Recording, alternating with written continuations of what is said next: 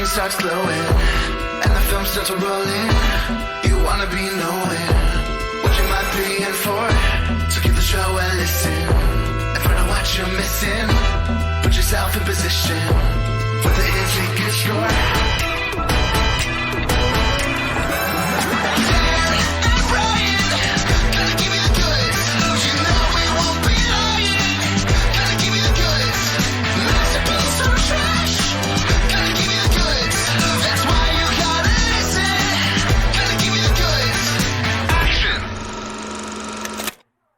Oh, hi, Dan. Oh, hi.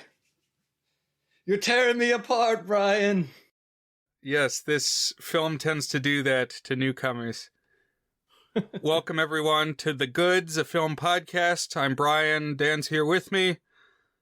And we talk films here on this show.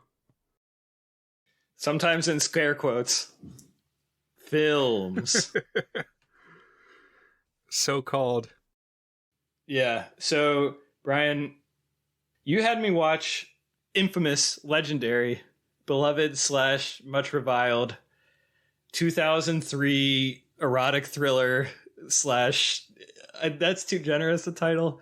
I don't know what you would say, but The Room, often regarded as one of the worst films of all time, or at least of the 21st century, a cult classic, and another movie I hadn't seen, which is The Disaster Artist, which is about the making of The Room and some of the figures' lives leading up to the making and release of that film. That's right, because for people who have been following along, this is actually the final chapter of our bloated Movies About Making Movies month.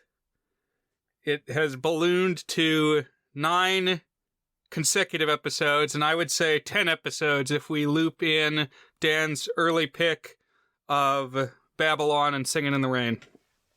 Which was basically like an onboard backdoor pilot to the month, which I didn't even think about at the time. Exactly, but they all fit well together, and it has been a journey. I think it's been fun. I completely agree. I could go on this path even further, although I think the time is right. This is a good note to go out on. Right. It'll be good to wrap it up here and be able to move on to something else for a while. And of course, we can always return to movies about making movies. I'm sure we've covered a few outside the month already. The one that comes to mind for me is Boogie Nights. But I think there's at least a couple others that would probably fit the criteria. Maybe a little bit of the Tom Hanks one. That Thing You Do. Oh, yeah. I mean, we discussed every single Tom Hanks movie, so that wasn't initially very helpful. But what about, Dan, if we did go a little bit longer, what would your next pick be to queue up? I think my next pick would be potentially One Cut of the Dead, which was recommended on our Discord. Have you seen that one, Brian? No. What country is that one from? I think Japan. I'm not 100% sure.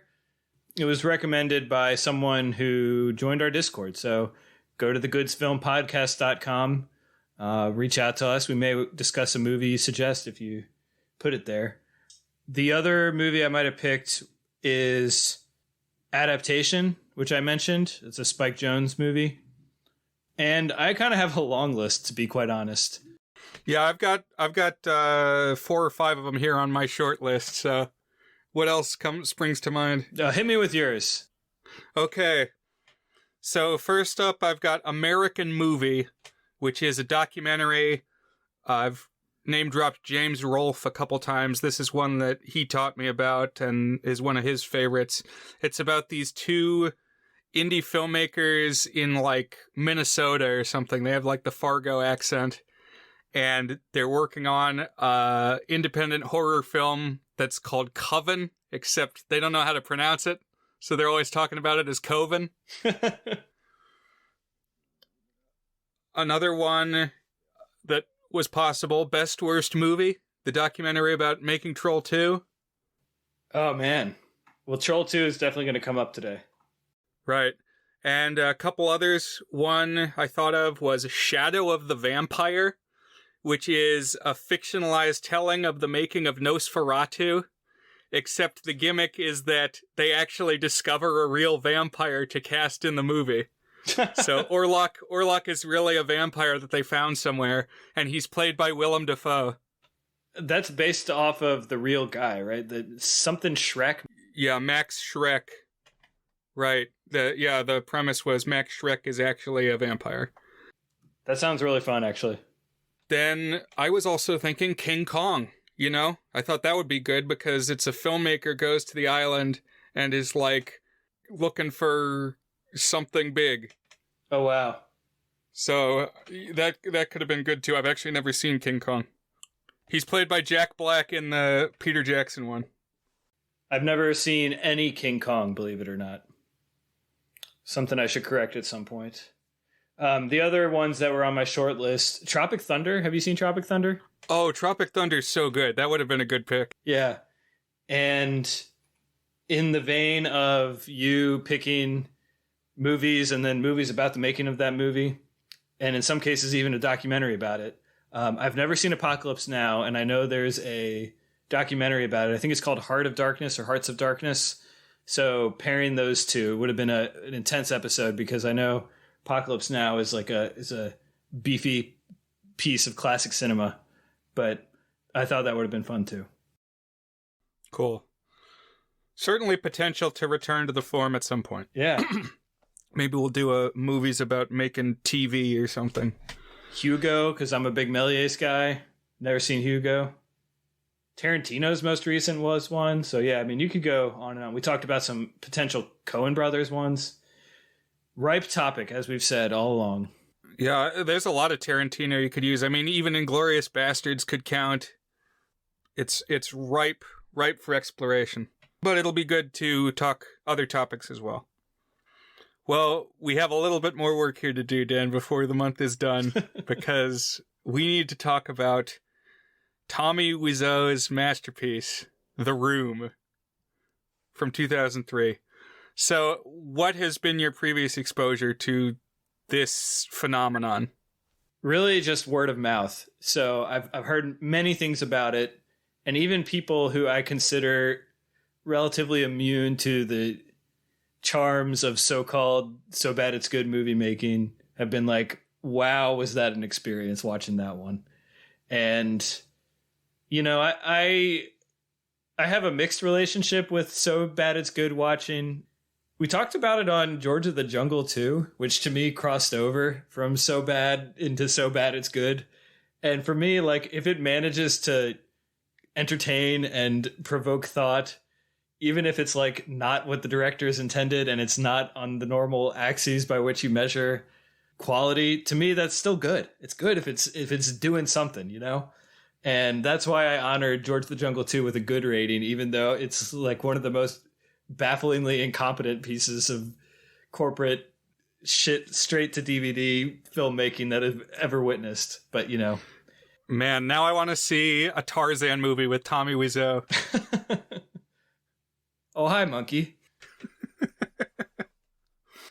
Right. So this was independently written, produced, directed, and starring this guy named Tommy Wiseau, who we will absolutely be talking about at length here tonight. But it came out in 2003, and like very limited release, like booked a theater to screen it for a while. And I got to look a little bit more into how it actually came to wider attention. I mean, it must have been largely word of mouth, but it didn't really like blow up, I don't think, until around about 2010 is when everybody was talking about it. Mm-hmm. I personally remember that I was in a club at William and Mary in undergrad that was called the Tribe Society for Paranormal Research. I talked about this back in our Amazing World of Ghosts episode. But sometimes we would do ghost hunts. We would go out with like the EVP recorder and walk around Colonial Williamsburg. But most of the time, we would just sit in a room that we booked and watch stuff on YouTube. A lot of it was In Search Of, hosted by Leonard Nimoy. But one of the weeks, somebody said, guys, you need to watch this trailer. And it was The Room. And then they also played, I think, the flower shop scene. And, of course, I wanted to know more. For reference, I really got into the So Bad They're Good movies with Troll 2 when I saw that round about 2006. So, and then I kind of made it my identity for a little while, like spreading Troll 2 around. So then 2010, this one came on my radar. And soon thereafter, I got a DVD of it. And some of my fraternity brothers, fraternity in square quotes, my music-focused fraternity, they said, "Hey, you have a DVD of The Room? We want to see it." And I said, "Listen, guys, I'll show you The Room, but first you have to watch Troll 2. And so we watched Troll 2, and then we watched The Room. And then they said, we should make Brian Terrell Movie Night an official fraternity event. Wow. And that ended up having legs. Like, they actually enjoyed the experience. And so then, like, the last 2.5 years of my college experience, I would periodically host these Brian Terrell Movie Night events. And I made a Facebook page associated with those events. And then on that page, I started posting reviews of things. And then Dan reached out and said, "Hey, do you want to collab on my blog in 2013? And the rest is history, of a sort. This podcast's roots can be directly tied back to The Room. We wouldn't be having this conversation today were it not for Tommy Wiseau. Do you understand life? Do you? But back in summer of 2010, and actually probably where I got the DVD, I went to a theater in DC called E Street Cinema, just like an art house theater downtown. May have been where I went to see Moonrise Kingdom when it first came out. But I went there because they were doing a screening, double book of Troll 2 and Best Worst Movie, the documentary. And George Hardy, the actor who played the dad in Troll 2, was going to be there. So I met him, talked with him, got him to sign some fan art and stuff. And then on the wall in the theater, I saw an ad that said, "Come back next week for The Room with Tommy Wiseau and Greg Sestero." I said, I'm going to do that. I will come back for that. You had to do a double take. You stopped in your tracks on that one. So then the next week found me back in the same theater talking with Tommy Wiseau. And join our Discord for some supplemental media listeners, because you better believe I'll drop some pictures of me bear hugging Tommy Wiseau in front of The Room poster. Tell us a little bit about how crowded was this? How rowdy was the viewing? Did everybody talk to Tommy? Was it like a really personal conversation?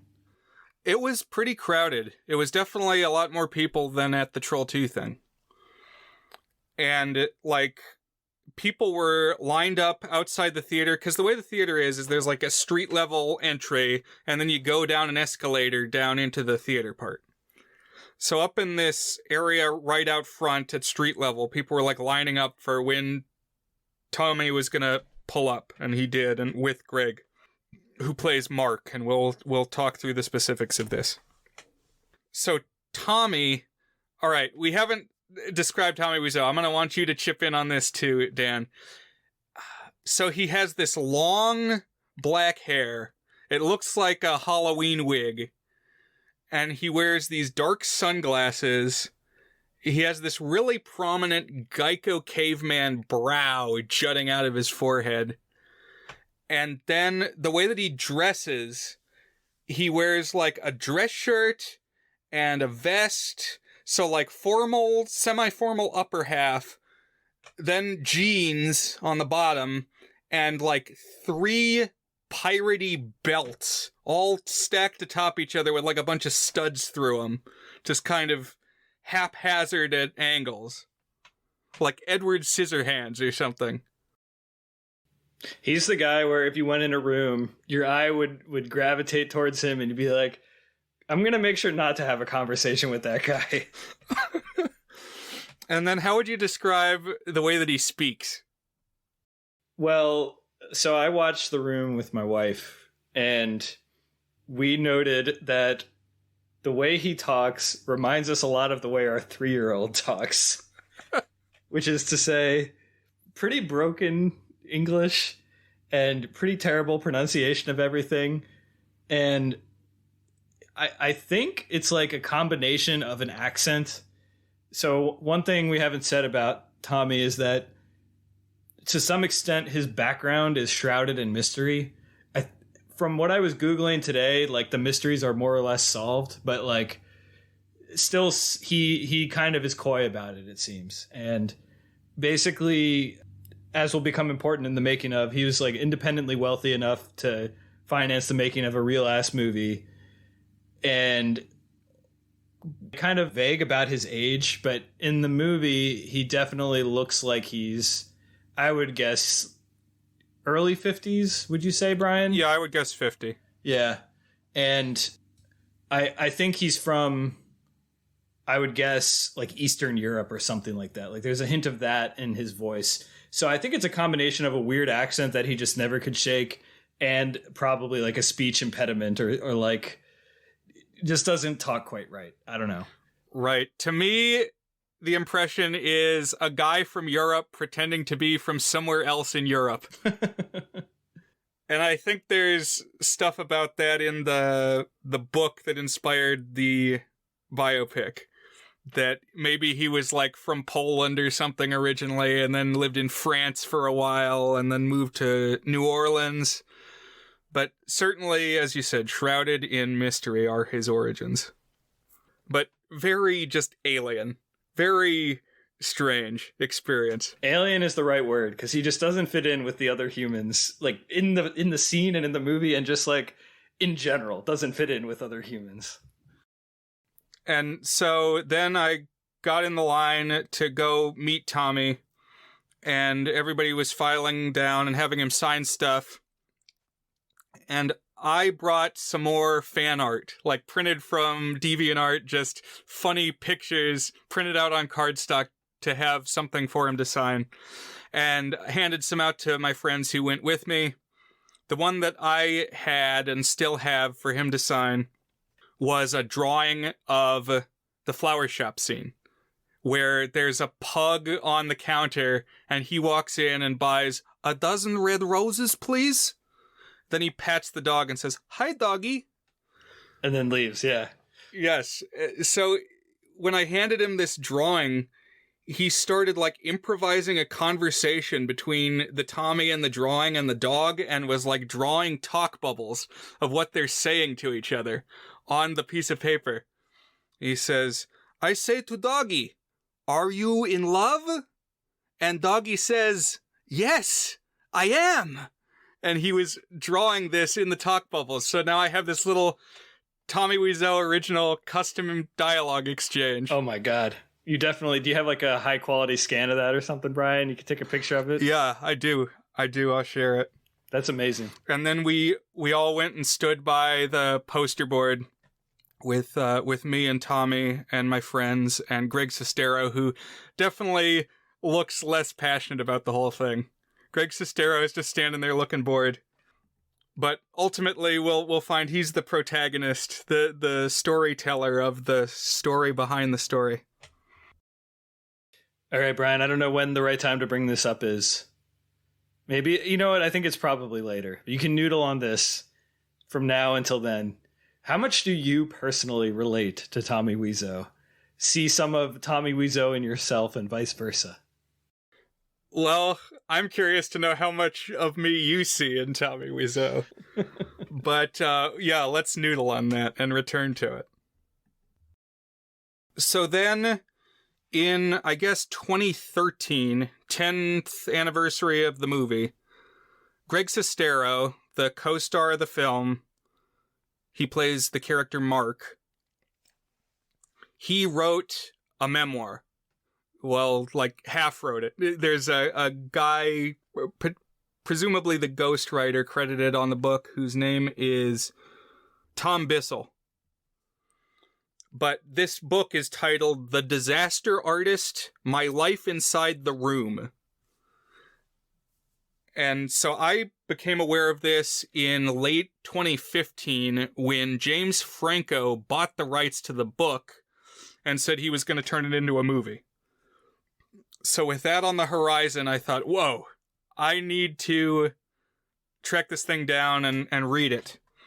A side note is that when I did my 2013 Top 100 Films blog series on Dan's site, I wrote an entry on Ed Wood that we talked about in my last selection here for the podcast. And I ended that article saying, how long will we need to wait for the Tommy Wiseau movie, and who's going to play him? And lo and behold, it was like 18 months we had to wait for the announcement. It wasn't very long at all. But I went ahead that Christmas and bought the audiobook of The Disaster Artist because it's narrated by Greg Sestero. And anytime he talks about the things that Tommy does or says, he does an impression of Tommy Wiseau. And it was very funny. Also, so many scenes from the book that show up in the movie are like very specific, to the point that I feel like to fully appreciate the movie, you got to read the book. There were a couple things left out, but there were so many little things included, like Tommy having a robot crab on the dashboard of his car. I did notice that, yeah. I thought that couldn't be made up. That's got to be sourced from something. And so those were the two films that we watched this week, The Room and James Franco's adaptation from 2017 of the behind-the-scenes making of called The Disaster Artist, starring James Franco as Tommy and his brother Dave Franco as Greg Sestero. And just like an absolute bumper crop of celebrity cameos. Yeah, mostly comedians. It's like the whole Seth Rogen crowd, I would say, and the extended universe from there. Although not quite overlapping with the entire Apatow gang. Like there's no Jason Segel in there, no Jay Baruchel, but kind of that whole younger millennial comedian crowd that I just think of as being a whole unit. We talked about it not too long ago, but like I think the world of comedy, like once you're in, is actually pretty small and everybody knows each other. And so it's kind of cool when they all come together on something like this. At some point, and I may as well do it now, should probably point out that like this, The Disaster Artist was pretty much like the last thing that James Franco did before he was outed as a total creep as part of the Me Too movement. Lots of sexual impropriety and allegations of abuse and such, and has subsequently been blacklisted. Like Seth Rogen basically instantly dumped him as soon as the allegations went public, and James Franco has done pretty much nothing. And Seth Rogen has gone on to become like one of the biggest comedy producers in Hollywood, even though they had kind of been partners up until then. So that casts a little bit of a pall on the movie for me. I mean, you know, you try to separate the art and the artist, and I think there's probably a lot of skeletons in the closet for like older comedians and stuff that never got outed. I don't know. I was thinking of that a little bit, but as an actor, I kind of always liked James Franco. He kind of like is a little bit of a cool guy. In fact, he kind of made me think of like the James Dean archetype in some ways, which is funny because I know we'll talk about Tommy Wiseau idolized James Dean to some extent.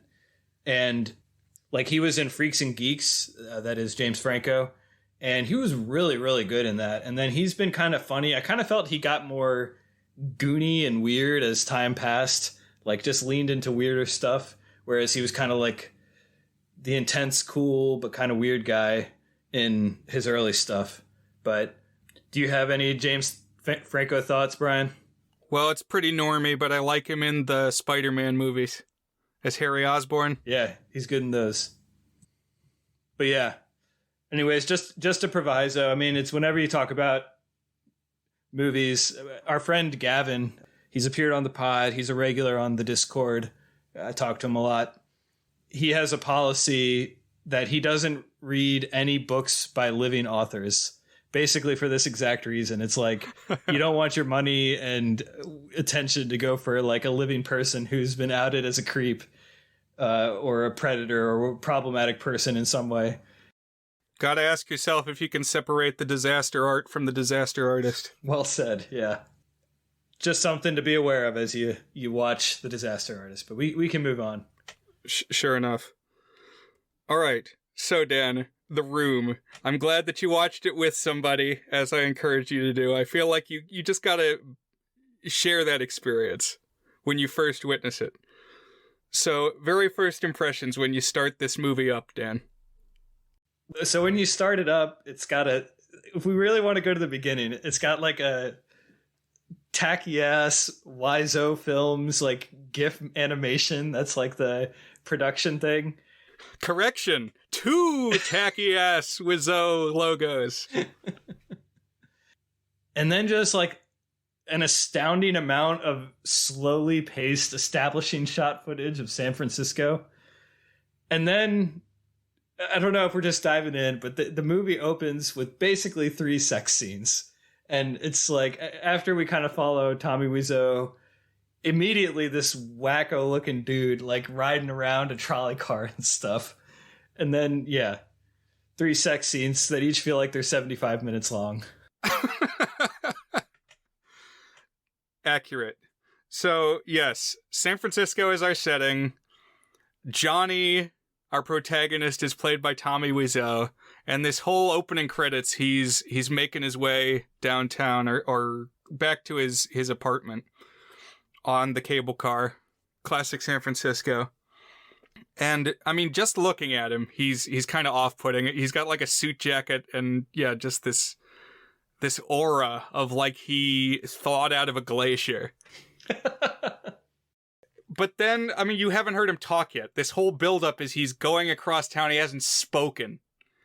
And then he gets to the door of his apartment. He opens it up. He steps in and says, "Hey, babe," and slams the door behind him, which shatters this up till now, like, pretty spellbinding orchestral score. Like, it's not high-level stuff necessarily, but it's like original music. I find it kind of evocative. There are elements of the production which are capable, which is so weird because others are clearly not. Yeah, I mean, it's a real movie. Like, it was made on a budget of an actual movie, at least an indie movie, and aspects of the craft look like they were made in Hollywood. Other times it looks like it was made in somebody's backyard, but, I agree. There are real movie things in this. And I think that's kind of a component for most bad movies, is like, it's not just dollar store production values, but like when you have something just completely insane or ridiculous inside some trappings that are like recognizable as a movie.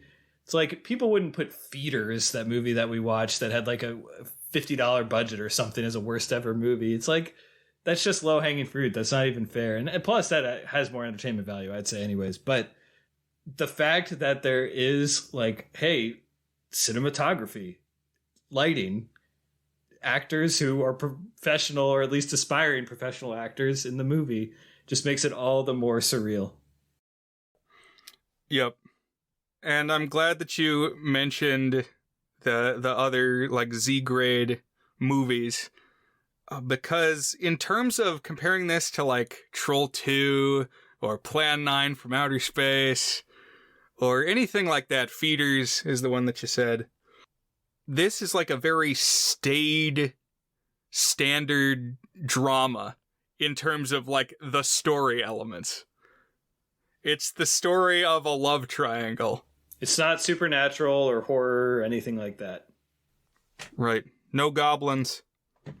Well, you got one goblin, but he's not called such. I'm still reeling from the revelation that you showed people Troll 2 in The Room in one night. Like how did their brains not like squirt out of their ears after watching both of those in one sitting? Yeah, how could they ask for more after that? I don't know. But the basics of the story we can get across pretty quick because Tommy plays a banker named Johnny, and he lives in this apartment with his future wife. They never say fiancé. It's always, my future wife, Lisa. And then Lisa decides she's gonna two-time Johnny and go around behind his back with his best friend, Mark, played by Greg Sestero. So, like, it boils down to Lisa is bad and Johnny is a saint. And all of this is filtered through, you said he's the director. He's also the writer. And it's filtered through the clearly, like, every word that's coming out of anyone's mouth is the way that Tommy Wiseau would say it too. It's like, there's a credited script supervisor, and it's like, what the hell how could there have been a professional script supervisor on this thing? It's the most incompetent piece of writing. Like, the person barely spoke English and, like, maybe had heard of movies before he made this. But, like, I don't know. It's ridiculous. It's like the Tennessee Williams, Dan. And yeah, right from the jump, we get sex scenes. Extended sex scenes, because... So Johnny comes, he gives Lisa, like, a dress or something. He says, anything for my princess. And then, yeah, they're boning up in this, like... Describe the optics, Dan, of some of these sex scenes. Well, first of all, probably the thing that me and my wife talked the most about is, like, what is the room? It says it's the room, but what is the room? There's not a clear room. Most of it happens in this one apartment that it's like it's supposed to be in a building connected to other ones, but you only ever see this one. And it, like, goes straight up to a bedroom that has a bed, but it doesn't seem like the bedroom is, like, really separated from the whole house. It's like this kind of open air spiral staircase up to the bedroom that's got, like, a 4-poster bed with these like thin gauzy satin sheety type things draped over it, and, like, candles and stuff. And there's, like, a water feature, like a little constantly trickling waterfall hanging on the wall. And the sex scenes themselves, first of all, they shouldn't exist. That's the first of all. The second of all is, if they do exist, they should be, like, 10 seconds long for the amount of content that's actually in them. It's not like, I don't know, like, there's anything conveyed about the characters or, like, anything actually erotic in these sex scenes. It's a lot of petting and a lot of, like, awkward floating camera angles, a lot of Tommy Wiseau's butt sticking out, and, like, thrusting. And it's just horrible to look at. It's the worst. I felt so bad for this actress she does nudity, and, like, I mean, I don't know. Have you ever been to her website, Brian? Have you? Yes, I went today. Okay, what did you find on... It's Juliet Danielle. It's depressing. She's like, you're here because of the room, and I tried to move on from that part of my life, but I understand it brings a lot of joy to a lot of fans. So as complex a relationship as I have with it, I'm here. You can see some of my behind the scene photos and shop for my store. And in the time since then, I've become a ally and mental health advocate and things like that. And, like, reading between the lines, like, this probably torpedoed her career, and, like, it's kind of a humiliating role in some ways. And I feel very bad for her out of all of the people there was downstream impacts from the room. Right. I mean, it's a thankless position for her to be in. And also the character is just, like, the worst, thinnest harpy. Nobody likes Lisa. Well, they all lust after her, but none of them actually like her. That's true. That's right. Everyone has to comment that Lisa looks hot tonight. Even though... Okay, we got to get to Denny. I have Denny thoughts. Yeah, actually, I think even before the very first sex scene, this character Denny shows up. So Denny is a man boy. How old is he? What's his age supposed to be? He looks like he's 27. He sometimes talks like he's 13, but they're like paying for his school, so I guess he's in college, but he's always around. What the hell is going on with Denny? And what kind of name is Denny? Well, there must be some out there because somebody owns Denny's. It's true. But yeah, very odd. And they're like, well, Denny, we're going to go upstairs and have sex. And Denny says, can I join you? Or something like that. Can I watch? Yeah, I like to watch you guys. It's like, what? Oh my God. Have you done it in the past? Oh, so that's how things are at their house. Yeah, he's an odd one, but they say, 2 is nice, but 3's a crowd. And they kind of shoo Denny away. That's another thing, is characters are just constantly arriving and departing from this house. It's like they come in, they always say, oh, hi! And then they find some reason to leave again, like almost immediately. I will say this is a problem that's not exclusive to The Room. It's one of the pet peeves of my wife. If you watch like dramas on TV, particularly like soapy ones, like I remember we noticed it all the time in the show Gossip Girl when we binged Gossip Girl. It's like characters arrived at some place, somebody's swanky apartment, they have a conversation and then leave again. It's like you wouldn't go across town for a 35-second conversation. Yeah, realistically, once you're somewhere, you stay there for a little while. Or you would text them or something. That's a good point. So, yes, Johnny, supports like multiple people financially. He's like a bastion of the community. Just this marble man. And Lisa is scheming against him. She's decided she's bored with Johnny. And she's like telling everybody when she's alone with them in the room that she's cheating on him. And she calls up Mark. I love how like indifferent to this whole thing Mark seems. The very first time she calls him, he's sitting somewhere in his car. The car doesn't seem to be moving. He's just sitting there. And he says, yeah, what is it? I'm very busy.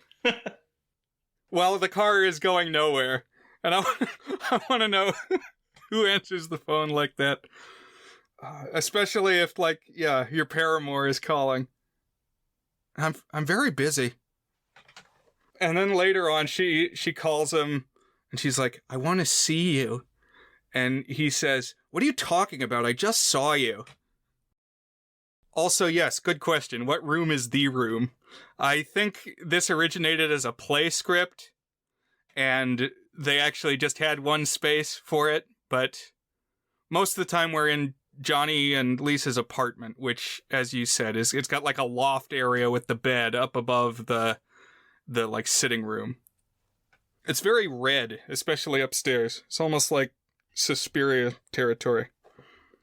What other quirks did you notice of this story world, Dan? You could forever spiral downwards on the insanity of this. I mean, insanity isn't quite the right word. It may be inanity, but it's like filtered through Madman's head. It's like individual scenes, just turns of phrase and timing are just, they make no sense. But okay, so bits of the story. So plot threads pop up and disappear. By far the most jarring is Denny is on the roof. There's a lot of scenes that take place on this roof. And a drug dealer comes up and like starts beating him up and says, I need my money. And Denny says, I can get it in 5 minutes. Which, like, what does that even... It's like, normally in this thing, it'd be like, I'll have it for you in a week, man. I'll get it in 5 minutes. What does that mean? It's like in a lockbox or something downstairs? And he's standing there dribbling a basketball. Off the roof. And he's like, just wait 5 minutes. Like, what is going to happen? Oh, yeah. So then some people come and fight the drug dealer, including Johnny, of course. And they say they're going to bring him to prison? I don't know. Like some weird way of saying it. Something like that. Bring him to the police. And it's either Johnny or Lisa, but one of them is like, what kind of money is it? Like, asks that question over and over again. What kind of money is it? Like, presumably is like, oh, I guess what they're fishing for is like money I used to buy drugs. But like, what kind of money? That doesn't have a question. Like, money is a thing. Like, you have some amount of it, but it's not like there's different. It's not like a cherry money. Oh, well, I got my vanilla money today. No, it's money is money. It's like, I don't know. Since we're digging into the nitty-gritty of this scene, the weirdest exchange to me is that Denny says he owes Chris R., which is the name of the gangster, he owes Chris R. money for drugs. And then Lisa or Lisa's mom says, what? Are you giving them to him? Selling them to him? No, buying them from him. He established that already. Yeah, very weird. But they managed to steal the gun away from Chris R. and shuffle him off to the slammer, I guess. Lisa's mom, Claudette, shows up from time to time. And when you said a thread that gets dropped, the one that I thought of was, she says, I got the results of the test back. I definitely have breast cancer. Literally never mentioned again after that. I'm like, oh, man. Whoa, this is going to like totally, it's going to increase the tension between them. Oh, but I need money to pay for the treatment. Nope. Just, I got breast cancer. Okay. Let's move on. A couple other characters in the mix. There's a couple named Michelle and Mike, which if your names are Michelle and Michael, I would already hesitate to get in a relationship like that. Too similar. But Michelle is Lisa's friend and confidant, and then her boyfriend Mike is mostly around to like periodically wander into the apartment with Michelle and have sex. Yeah, that's weird. They go into this apartment, which is, I think it's the same apartment, Tommy's apartment, and they like walk in and then they just start making out and stripping off garments. It's like, would you go to a friend's house and just start doing that? It doesn't make sense. But that had me thinking, well, this is clearly more than one room, so they should just call it the apartment. And then I was thinking, it's the apartment where everybody goes to have sex, like in The Apartment. From 1960. Good connection. I like it. And also, for whatever reason, Mike is the actor that to me seems like he's intentionally being silly. That there's like a couple points where he makes jokes and things. Talks about losing me underwears. He's the comic relief in a movie that does not need comic relief. And then the character who has become my favorite, I think, his name is Peter. Oh, the psychologist? He's a friend of Johnny's who is a psychologist. And Johnny's always like, well, you're a psychologist, Peter. Tell us what you think. And he'll like offer wisdom. He also doesn't appear until like over halfway into the movie. And he just shows up as if he's been there all along.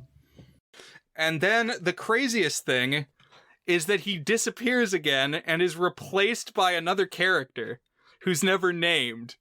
In the credits, he's called Steven, but he clearly fills the same role as Peter. He's like a continuation of Peter, acts basically the same way, and everybody acts like this new character has been there the whole time.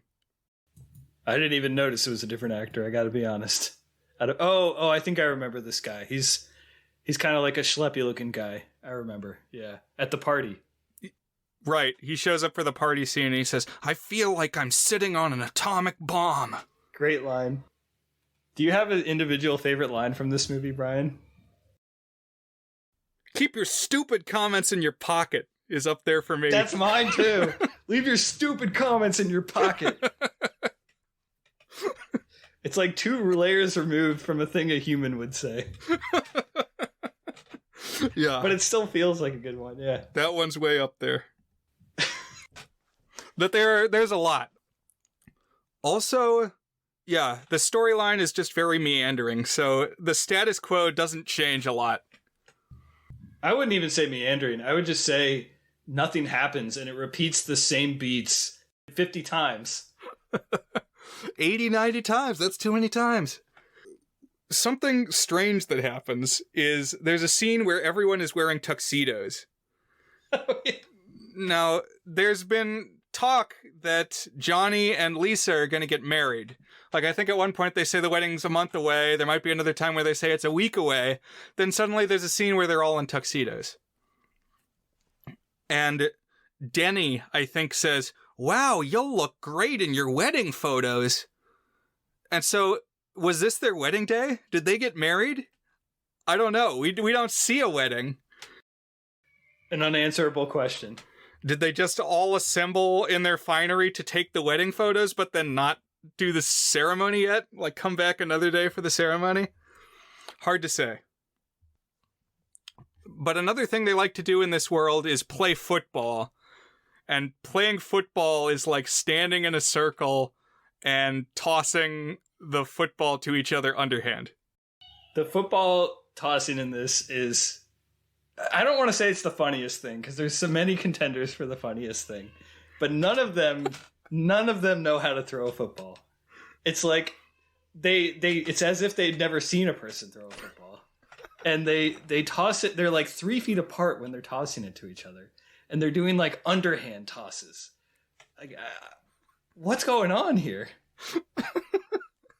And something I noticed this watch through is that Peter is always hesitant to join in on any activities. He's like, Mark is smoking weed, and Peter says, I don't smoke that stuff, man. And he doesn't take a drink. And then when they all go out to play football, he's like, no, I don't want to play football. So, and then when they finally drag him out there, he like catches the ball once and falls down in the alley. Oh yeah, pratfall. But slowly, Johnny, is becoming aware of his wife's infidelity, or whatever their relationship is, future spouse, because she's been telling like a lot of different people that she's getting it on with Mark. And so Tommy, as part of his efforts to get to the bottom of the truth, he hooks a tape recorder to his telephone. And I don't know how he does this. It doesn't work this way. You can't just like take a recorder and stick it next to a phone and it records every conversation that goes through it. And if you go to like a raucous Rocky Horror style screening of The Room, which by the way, I've done that like 5 or 6 times probably, seen this on the big screen. Oh, wow. Because they do it annually in Williamsburg. That was actually not my doing. It's just another guy in the film program does that. But anyway, when this happens and he's hooking the recorder into the phone, people sing the Mission Impossible theme song. Because it's like covert espionage. Yeah. I was sure we were never going to see the recorder again. That's one of few plot threads that does come back when it gets set up. Yep. Because, well, Lisa throws a birthday party for Johnny, and this is the scene that has by far the most people in it. It's just, the room is full.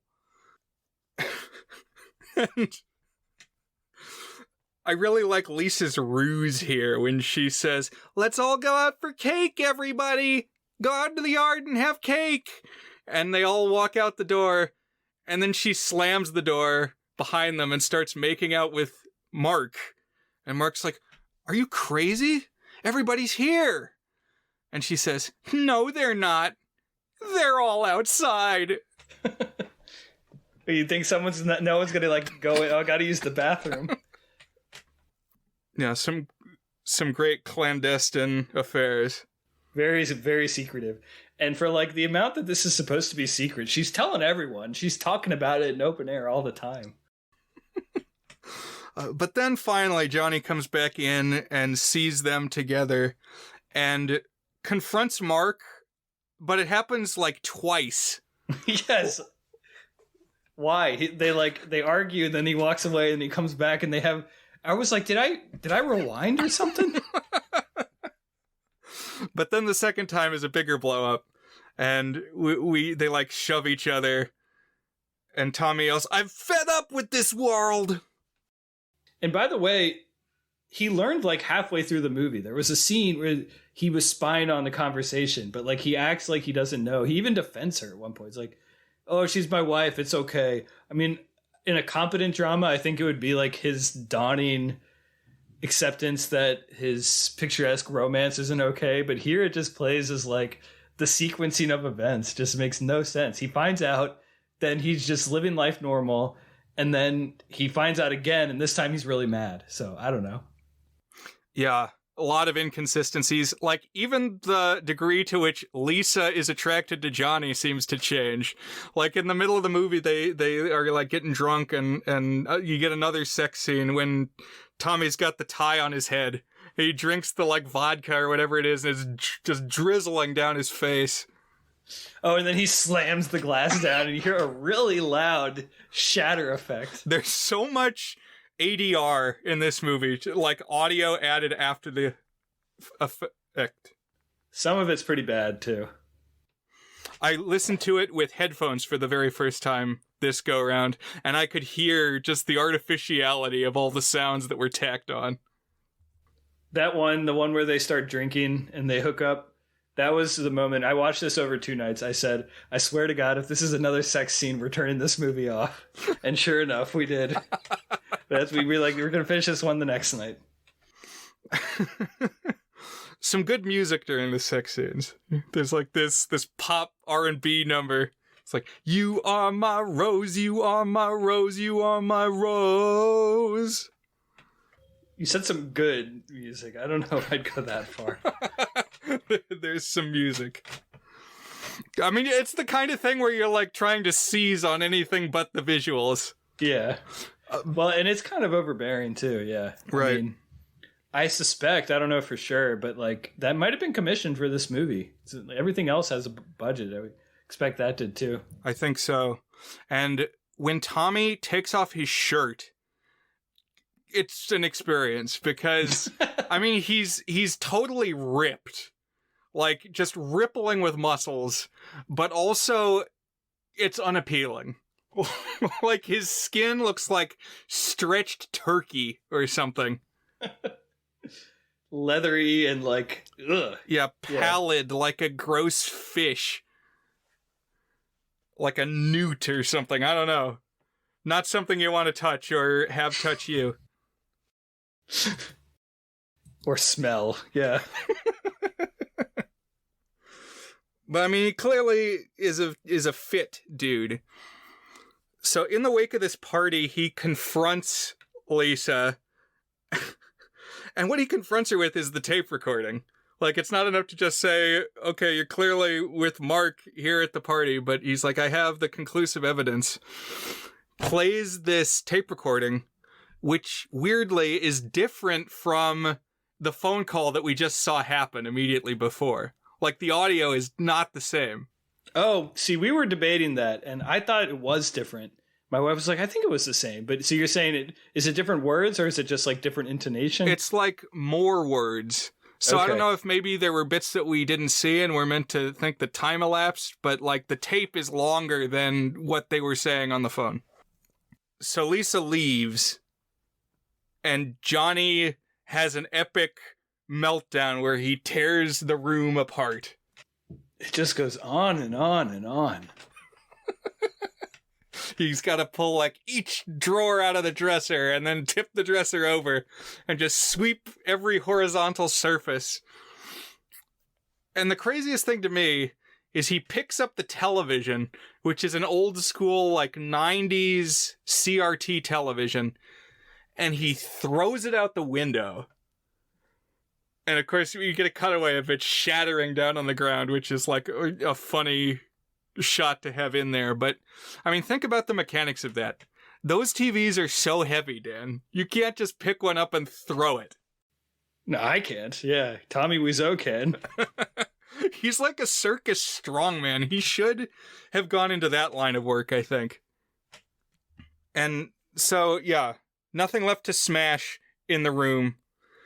The whirlwind subsides, and Johnny opens this little box that he's got. Well, first he, like, rolls around and dry humps Lisa's dress. Has flashbacks of sex scenes that we've already seen. But then he grabs this little box, opens it up, and pulls out a gun, which this time I realized was probably the gun he stole from Chris R. So a little bit of Chekhov's like set up and payoff. And he kills himself with the gun. Then in the final tableau, everybody like shows up again. Mark and Lisa and Denny to all bemoan how badly they and mostly Lisa treated the Saint Johnny. Real bummer of an ending. It's like not very funny. It's like, I don't know. I was just kind of uncomfortably sitting through it. In that regard, though, it's kind of like Troll 2, where it's like you get like a resolution and then suddenly the trolls are back and they eat the mom and Joshua is just screaming. It's like, oh, I wasn't expecting that. I suppose, yeah. But I guess this was where we were headed all along. It's not really a twist. It's just a bummer, as you said. Mm-hmm. And that's The Room from 2003. So, Dan, we're going to, like, kind of bisect this episode, but we do need to part here for a little while and then come back for our discussion of The Disaster Artist.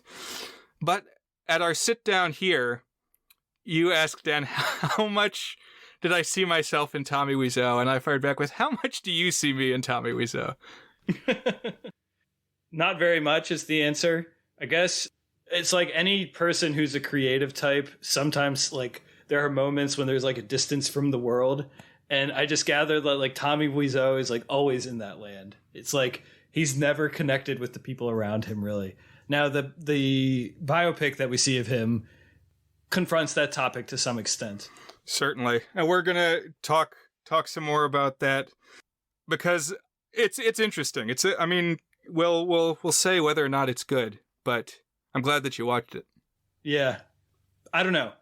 I feel like I've seen you when you're in the Gauntly zone and you're like doing things your way and like not everyone's on the same wavelength. This is kind of like a toxic curdled version of that to some extent. Am I totally off base? Do you just like totally see him as an alien creature, or do you have any empathy with him? You're right. And I do need to bear in mind that other people can perceive me for externally. I mean, I don't mean that as a criticism. So something that I feel like you might be talking about, I don't know for sure, but we've done several 24-hour speed filmmaking competitions, at least one of which you were there for. And I find that tensions can run high at those things. Oh, really? I have found that. It's like, yeah, it is an undertaking to marshal a lot of different people. You know, get a project made, be that shepherd that a director has to be. So I'm gonna think about that a little bit more and maybe have more to add when we talk Disaster Artist. I mean, you're also tall and dark-haired and in good shape. You don't look like a goblin, and I don't think I've seen you with your shirt off, or if I have, it's been a while, so I can't speak to whether you have the same pallid skin that he does. I don't think you do. Oh, join our Discord and you can judge. Brian's pecs. Doesn't she call it his pecs at one point? You have nice pecs. You have nice legs, Lisa. Another famous moment that I found just very deeply funny is, so part of this thing that kind of comes up and then gets dropped is like Lisa's framing him for hitting her by getting him drunk. That's like the one weird sex scene. Not the one weird sex scene. There's a lot of those. One of the ones that we talked about. And so he has this monologue. I did not hit her. And then he walks outside, and just the timing where he immediately says, oh, hi, Mark, like with no instantaneous shift between them is very, very funny. It's not true. It's bullshit. I did not hit her. I did not. Oh, hi, Mark. Good impression. Yeah. So, Brian, here's another thing about The Room. Bob Odenkirk is doing a remake this year. Have you heard about that? I saw that. I think it's really weird. Like, I don't know that it's called for. Also, Bob Odenkirk is in The Disaster Artist. Yeah. They have some interesting cast members for that. And I think Greg Sestero plays Chris R. in the remake, which is kind of odd. That had me wondering, if let's say you were involved in the remake, what part would you want to play? in the room. I think I'd want to be Peter. Yeah, you'd be a good Peter, I think. What about you? Do you have a role picked out? Would you be Denny? I would be Denny. That was my answer. I'm in on Denny. I'm short like the actor who plays Denny. Yeah. I've been told I have a baby face sometimes. Oh, like baby this face. guy does. Oh, yeah. And what about any, like, other lines that stuck out to you, Dan, in the room? Just things that were perfect little chestnuts of Tommy wisdom. Yeah. I will say this movie works incredibly on the micro sense, where like every little scene is a treasure. There's always something. You're never going to get through a scene without there being something.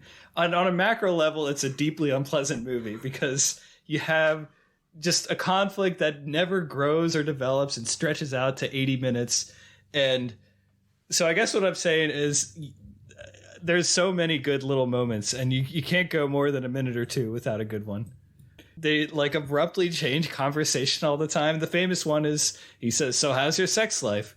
But there's other stuff like when they're talking about his job and his promotion, and it's just, again, it feels like quasi-human, not quite human.